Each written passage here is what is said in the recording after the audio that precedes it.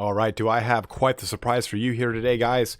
Um, about 2 weeks ago, Creative Assembly invited myself and a couple other influencers out to play and meet some of the development team of Total War 3 Kingdoms. So in this video today, we're going to cover quite a bit. So first off, we're going to go through the introduction of the Liu Bei campaign. Liu Bei, I know it's supposed to cut off hard, but sometimes when I talk, it just kind of drags on. As always, pronunciations as they are, please bear with me as I go through them. But what we're going to do here is we're going to go through the Liu Bei intro. We're going to talk about what his faction mechanics look like. So what I want you guys to do here is don't worry about things for the next 2 minutes. You're just going to pretty much see direct footage from the game. I'm not going to be talking over it. I wanted to kind of set up the pace of what things are going to be like in the actual campaign for Liu Bei. Don't worry about pausing to look at anything. We're going to look at specific screenshots that I've taken after the fact, so you can just kind of relax for the next 2 minutes. After that, we're going to talk about some of the different UI elements that are in the game. We'll go through each one of those screenshots as well.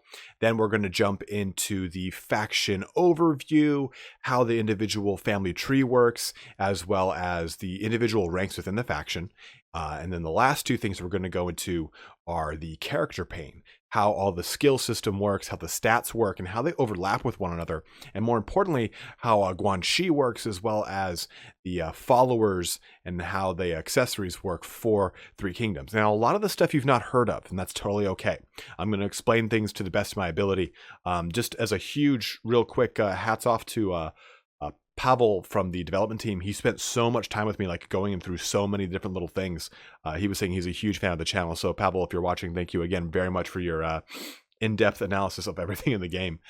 He spent like so much time just like going through the ins and outs of everything. But and the last thing we're going to look at is the tech tree. We're just going to quickly go through that. It's actually called reforms this time, and how that actually encourages a lot of replayability in the game. So for the next 2 minutes, take your hands off your keyboard or your deck, wherever they are, and just enjoy what you're about to watch. Humility keeps one honest.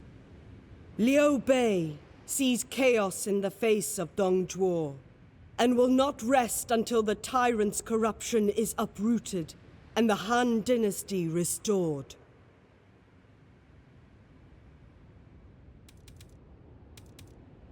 Embers rise, stark against the night. The tyrant Dongzhuo wields the flames of destruction. Luoyang burns. Chaos ignites as the power of the eunuchs is crushed. In the pyre, the Han falters. Yet the light of the dynasty still simmers in the hearts of its last descendants. Liu Bei swore an oath with his brothers. They pledged their lives. They will defend the Han. Nobody else can.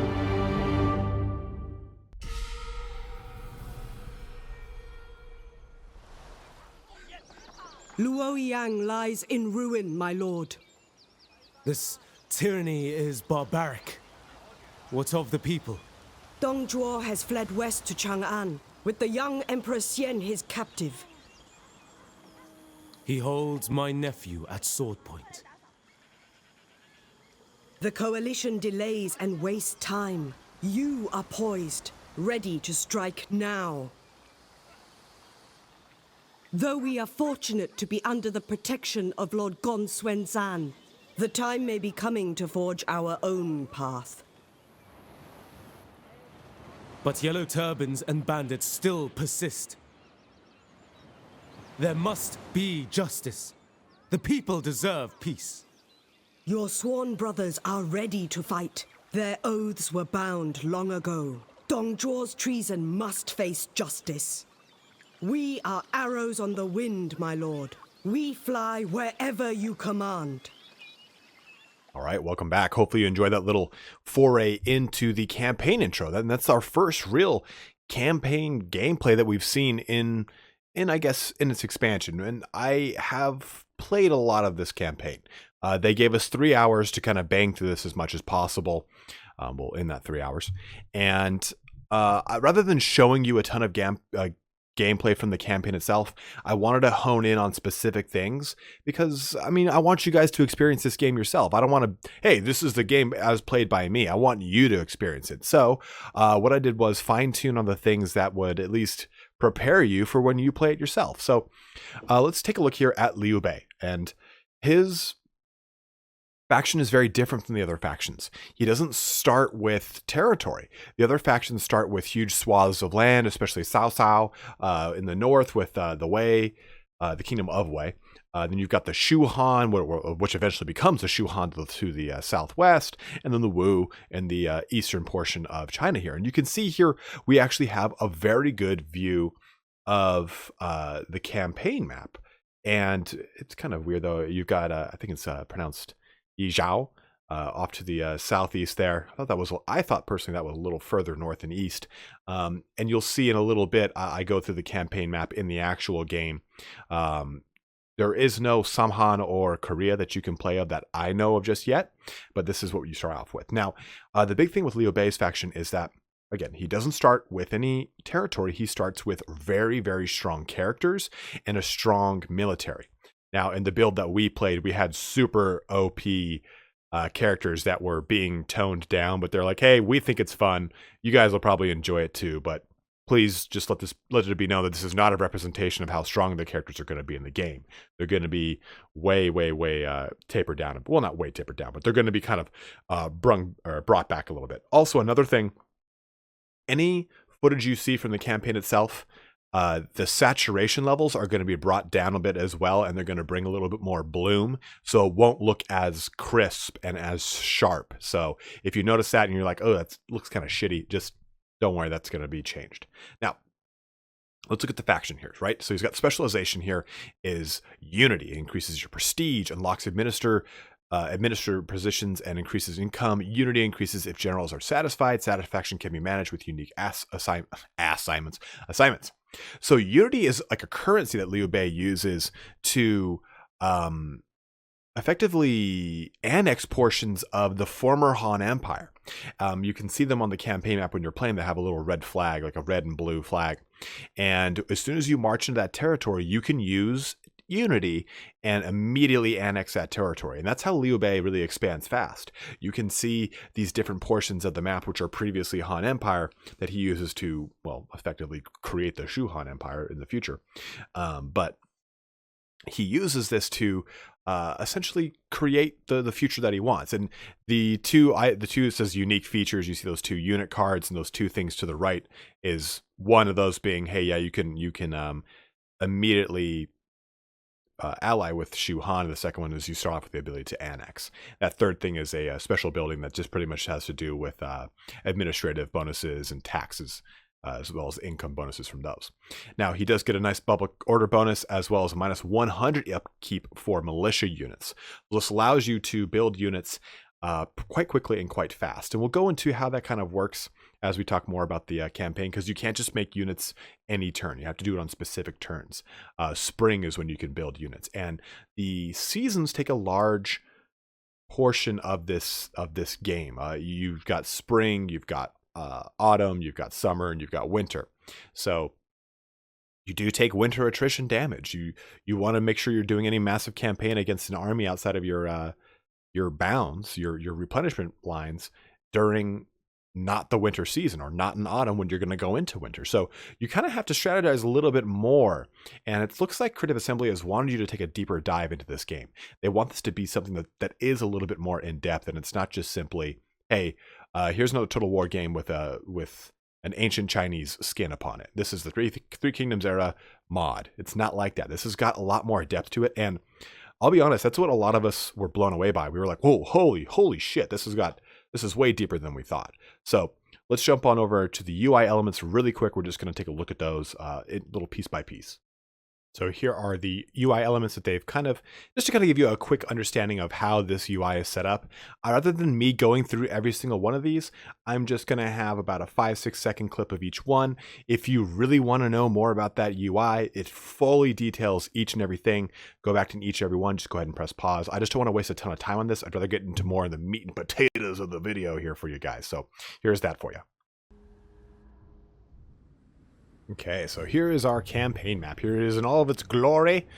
So you can see here a lot of what we just talked about, right? Here's the Three Kingdoms era that we're dealing with. And right now we're already in the Yellow Turban Rebellion. So we're in the far kind of northeast around Lu, Zhujiao, Lengya, in those areas up in the northeastern portion of Wei. Now, you can see me just kind of, I'm going through as much of it as I can to kind of exemplify what you're going to be seeing, what you're going to be dealing with here. And again, there is no Korea, there is no Samhan. I was hoping, I mean, you can see Zhuya at the very bottom there, Yizhuao over there on the far east, or southeast, I guess you could say. I did ask them, like, hey, is this, do you think we're possibly going to see some stuff with Korea or with Samhan? And he had made the comment like, hey, we talk about some DLC before the game comes out, like, hey, here's some possible things, but we really listen to you guys when the game actually comes out to determine how we're going to move forward with this. So hopefully hopefully they decide to add those things. But here is the loading screen. Let's go ahead and jump on over to the individual faction tree. So here we go here. Now this thing is pretty easy. This is the faction court, and you've got, of course, the family tree we'll look at next, but the Chancellor, the Grand Commandant, the Grand Excellency, the Grand Tutor, the Grand Director, each one of these are roles you can assign, and these roles unlock as you level up your actual rank from Duke to or from Noble to Duke to Marquis, second Marquis, Marquis to Emperor. And each one of these locations can be filled by your family generals. And as you kind of grow out your family tree as well, because you can say, hey, this guy is incorporated into my family. These members then can take these nobles can then fill up parts of your family tree or that previous court. Now, as we move across here to the faction summary, now this screen is actually you're going to spend a lot of time here. You can see on the far right, the current rank of Liu Bei as the faction leader. You can see the rank above him is the second Marquis. And each one of these, you can pause this as needed, but you get an idea of what the bonuses are that accompany each one of these ranks and how to attain them. And each one of these gives you stuff like an additional army to summon up and stuff like that. As you progress up from the Duke to the King to the Emperor, things become a little different here. So once you declare yourself as the Emperor, there are two other Emperors that are going to also declare themselves as de facto Emperors as well. And your relationship with people means that they're either going to jump on your side and say, hey, yeah, no, I agree, you are the Emperor. Or they're going to side with the other opponents. And that kind of triggers the end game for Total War Three Kingdoms, wherein you have to fight them and essentially get them to say, yeah, no, you're the Emperor. So you're basically getting them to essentially abdicate you into the throne. And it's kind of an interesting mechanic here, right? Where we're getting a true end game, almost like we get with Shogun, where to say, okay, I'm declaring myself as the Shogun, and that causes the rest of the island more or less to choose a side, right? Well, this chooses three separate sides, and you can almost get to a point where you can assure majority is in your favor because you've set up such a strong end game for yourself by the relations you've created with other people. And we'll talk about how those relationships work in the character pane next.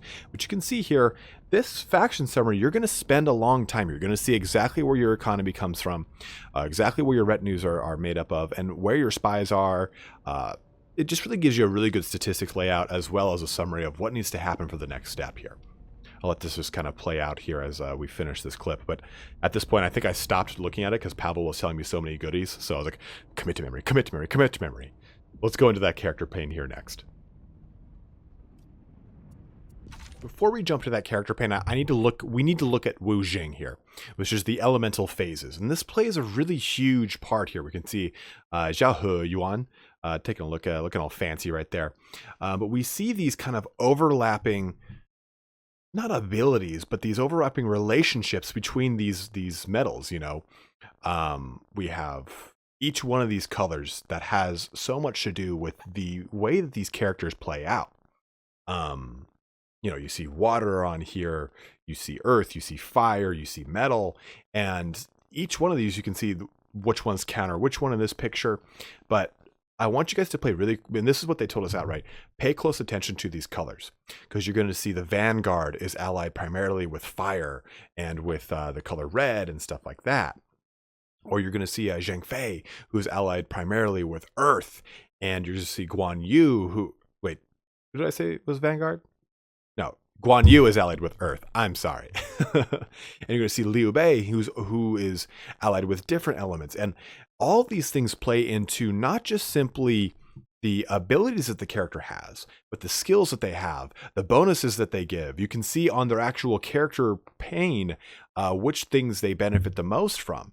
And at the same time, they'll give you special benefits. Like Guan Yu, who is regarded sometimes as the god of war in when it comes to the Three Kingdoms era, he actually gives a lot of bonuses to infrastructure and rebuilding the actual infrastructure of each one of these provinces. So you have to be kind of wise about how you use your retinue and your lords and your generals, and getting them to do, the right tool for the right job.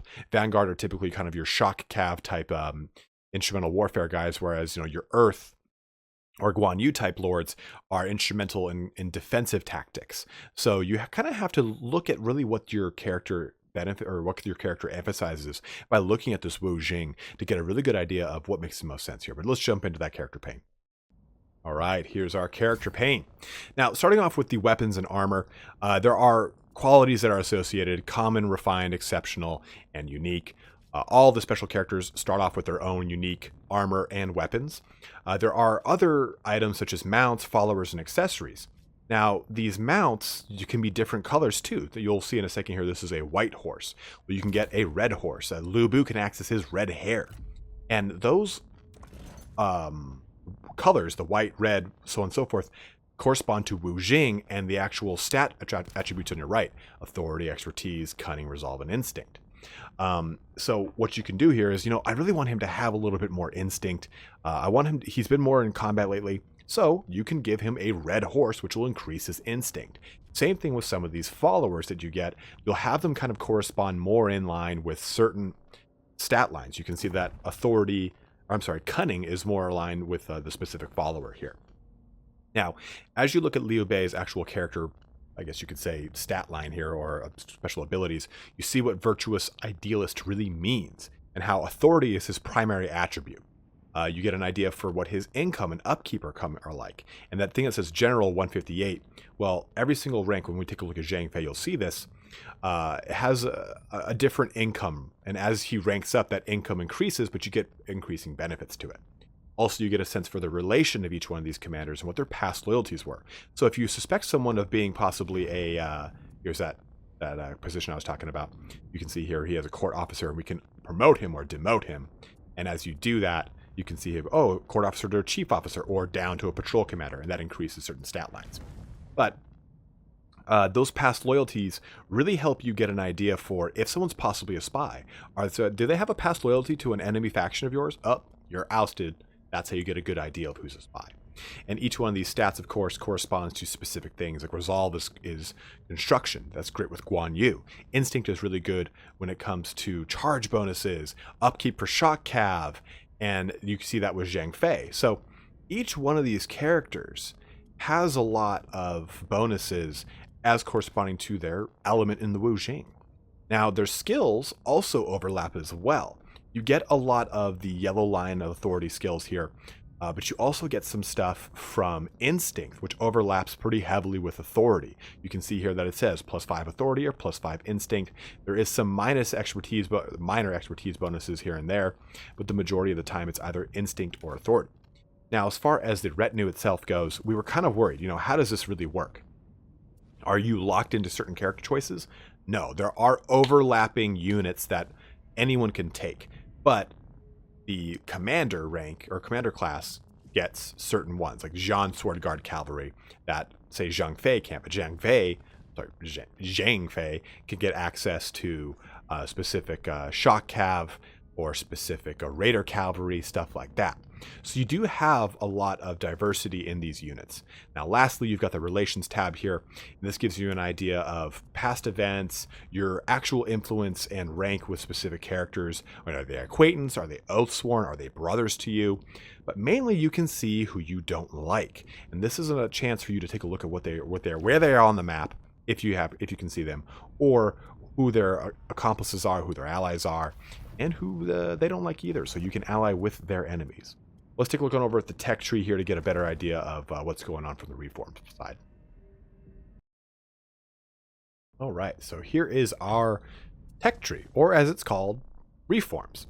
Now you can only do these every 5 turns once you get the first ability to access them.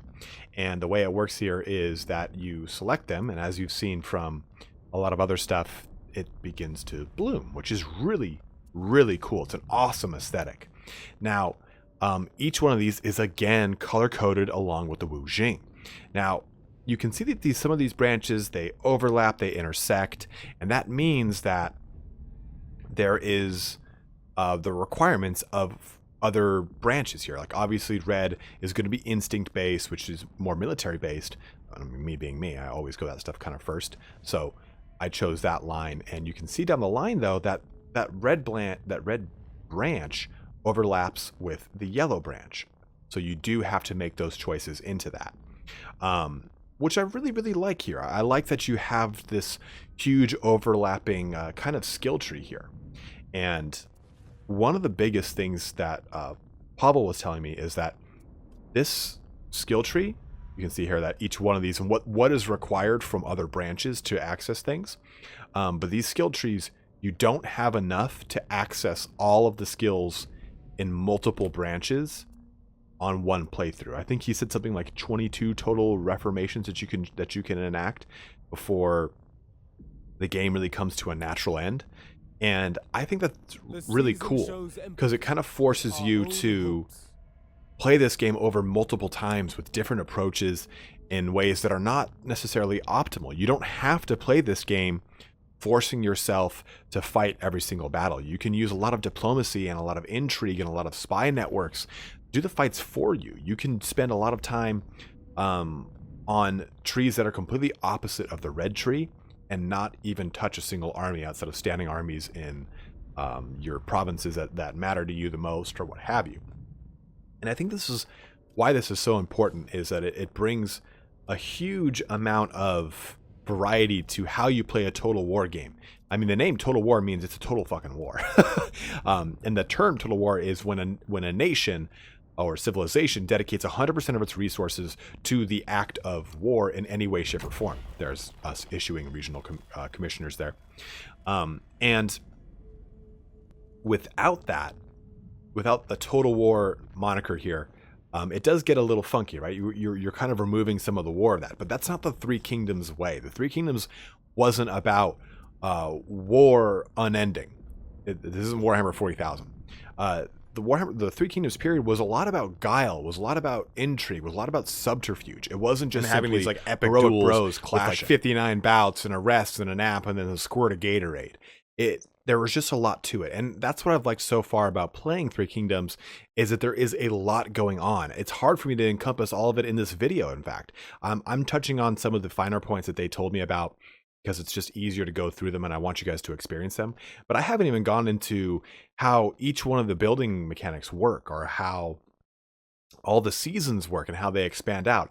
I didn't even make it to the point in the game where those little padlocks at the top of the screen that you're looking at unlocked. So I didn't even touch on majority of stuff.